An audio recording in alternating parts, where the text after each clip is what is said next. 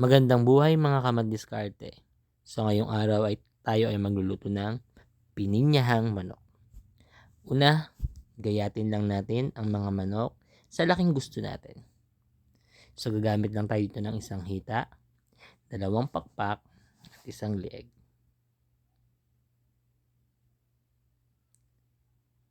At huwag kalimutang hugasan mabuti ang manok. So i-marinate natin ang ating manok sa aji at patis. So lagyan na rin natin ang tidbits, ang pineapple juice, pickles, at syempre ang sekreto ng masarap na pininyahan ay ang cheese.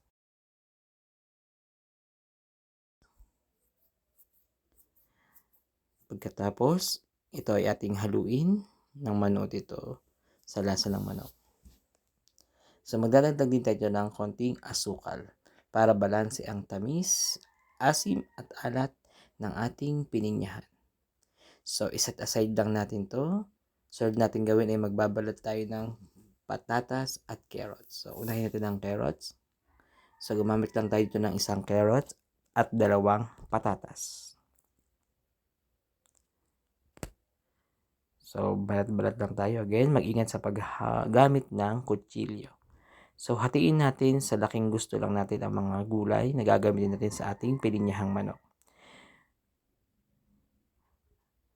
Then, huwag natin kalimutang hugasan maigi. Dito, gagamit din tayo ng 1 bell pepper. So, malit lang ang bell pepper ang binili natin. At syempre, hindi mawawala ang bawang at sibuyas na gagamit natin sa pagigisa. So, gayatin lang natin ng maliliit ang bawang. At isunod na natin ang sibuyas. So, gayatin lang natin ng maliliit ang sibuyas.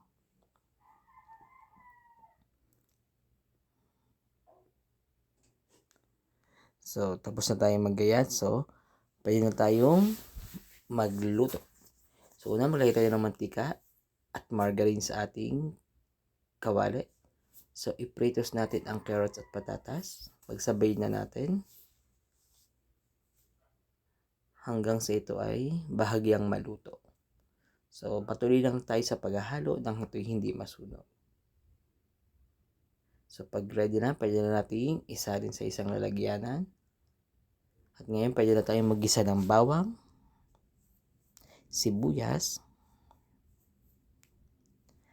at ilagay na natin ang ating minarinate na manok. So, halo-haloin lang natin. Halo-halo, insan. Mekos-mekos lang. Then, takpan natin.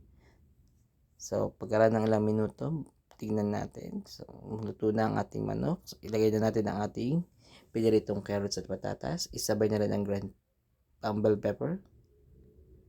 At huwag kalimutan ang gatas para sa malinamnam, creamy na pininyahan.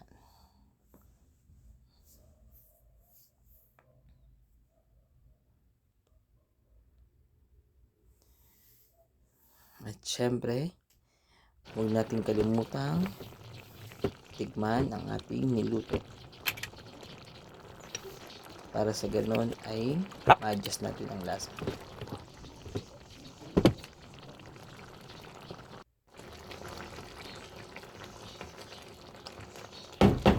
Okay na to.